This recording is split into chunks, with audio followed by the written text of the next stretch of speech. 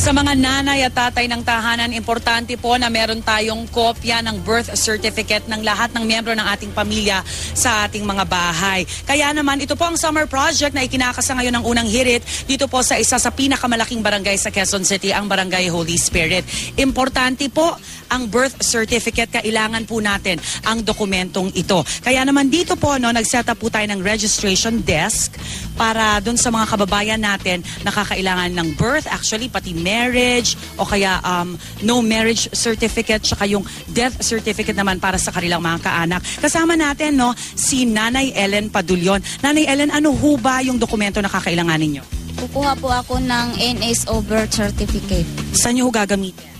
Gagamitin ko po sa SSS. Okay. Bakit ngayon nyo lang ho naaasikaso yung mga ganyan? Kasi nga hiningian po ako doon, maghulog sana ako ng SSS.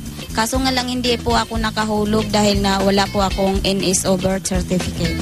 Na-check na ho ba sa meron naman kayo hindi late registration o meron kayong birth certificate na rehistro kayo ng inyong mga magulang? Hindi po na-forward sa Yan po yung ilan sa mga problema din na kinakaharap ng ating mga kababayan. Kaya sasagutin po yan ng isang opisyal mula po sa National Statistics Office, si Ma'am Felicidad Cruz. Siya po ang outlet supervisor ng Pasay Service Center ng NSO.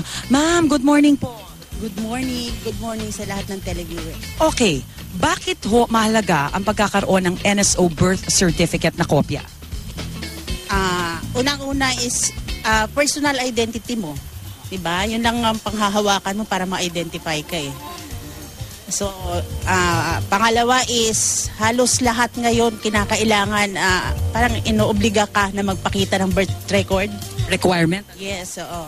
Pag nag-employment, una sa school, tapos pag nagtrabaho, pag nag-abroad ka, kailangan pa rin yan. Pasaporte, katulad noon, SSS, hindi sila maka-apply ng SSS number dahil hinihingan sila ng ng NSO birth.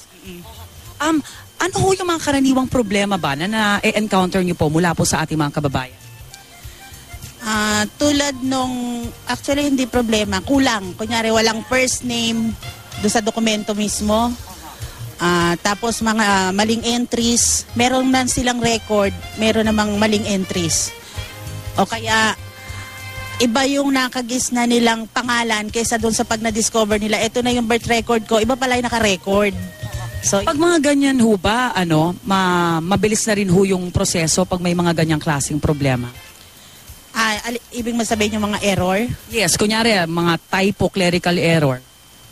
Meron kasing mga mali na hindi pwede doon sa special law natin, yung RA 9048. Pag sa RA lang, madali lang, months lang yun eh. Okay. Pero yung yung ibang problema na hindi pwedeng isolve doon through court, yun ang matagal. Alright, gaano katagal po ang processing, ma'am? Mabilis lang. Sa pag-apply? Kung kompleto lahat, requirements? Pag nasa outlet sila within 1 hour. 1 hour. Wow! Talagang serbisyong mabilis talaga. Maraming salamat po, Ma'am Feli. So mga kapuso, asikasuhin po natin yung itong mga importanteng dokumento kagaya po ng ating birth certificate dahil kakailanganin po natin yan para po maging magaan at maginhawa din po yung ating buhay sa pag-a-apply sa iba't ibang dokumento na kakailanganin natin.